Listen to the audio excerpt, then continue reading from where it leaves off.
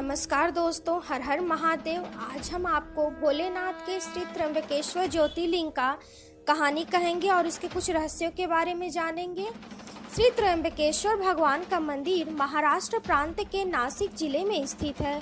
यह मंदिर भगवान शिव के उन 12 ज्योतिर्लिंगों में से एक है जिन्हें भारत में सबसे अधिक पूजा जाता है।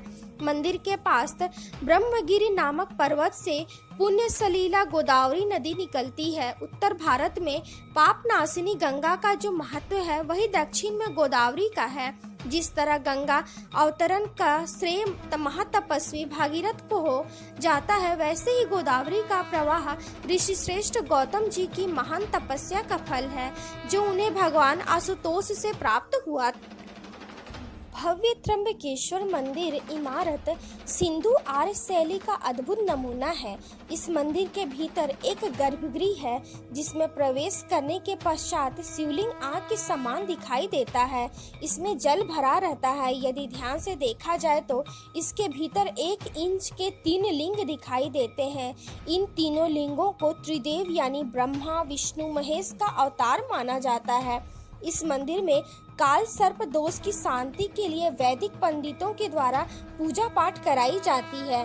पापों से मुक्ति दिलाने के लिए शास्त्रों के अनुसार एक बार महर्षि गौतम के तपोवन में रहने वाले महाब्राह्मण की पत्नियां किसी बात पर गौतम ऋषि की पत्नी अहिल्या से नाराज हो गईं। उन सभी पत्नियों ने अपने पतियों को गौतम ऋषि का अपमान करने के लिए प्रेरित किया। उन ब्राह्मणों ने इसके लिए भगवान गणेश की आराधना की।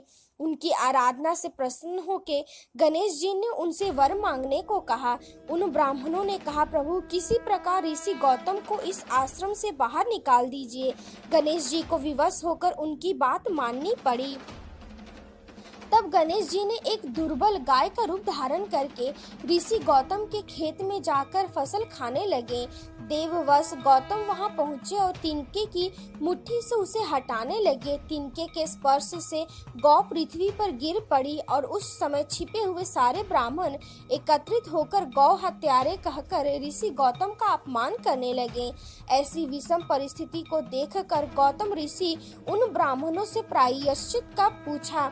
तब उन्होंने कहा, गौतम तुम अपने पाप का सर्वत्र बताते हुए 3 बार पृथ्वी की परिक्रमा करो, फिर लौटकर यहाँ 1 महीने तक व्रत करो। उसके बाद तुम ब्रह्मगिरि पर 100 बार घूमो, तभी तुम्हारी शुद्धि होगी।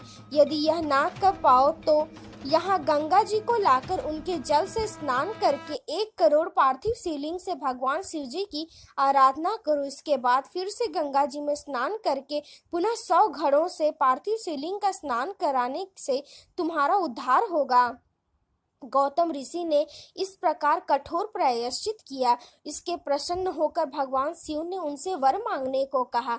महर्षि गौतम ने कहा, भगवान आप मुझे गौ हत्या के पाप से मुक्त कर दीजिए।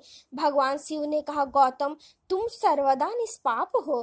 गौ हत्या का अपराध तुम पर छल पूर्वक लगाया गया था।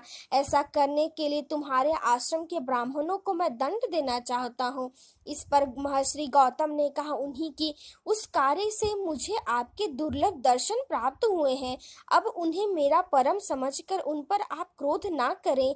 बहुत सारे ऋषि मुनियों और देवगणों एवं गंगा ने या वहां उपस्थित होकर ऋषि गौतम की बात का अनुमोदन करते हुए भगवान शिव से सदा वहीं पर निवास करने के लिए प्रार्थना की। देवों के प्रार्थना करने पर भगवान भोलेनाथ वहीं गौतमी तट पर त्र्यंबकेश्वर ज्योतिर्लिंग के रूप में प्रतिष्ठित हो गए। यह त्र्यंबक नामक ज्योतिर्लिंग सभी कामनाओं को पूर्ण करता है। यह महापातकों का नाश और मुक्ति प्रदान करता है। जब सिंह राशि पर बृहस्पति आते हैं, तब यहाँ गौतमी तट पर सकल तीर्थ देवगण और नदियों में श्रेष्ठ गंगा जी पधारती हैं तथा महाकुंभ पर्व लगता है।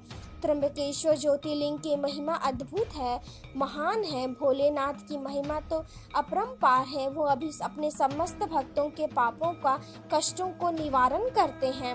हर हर महादेव। यदि आप सभी को मेरा यह वीडियो पसंद आए, please like it, share it and subscribe my channel. धन्यवाद।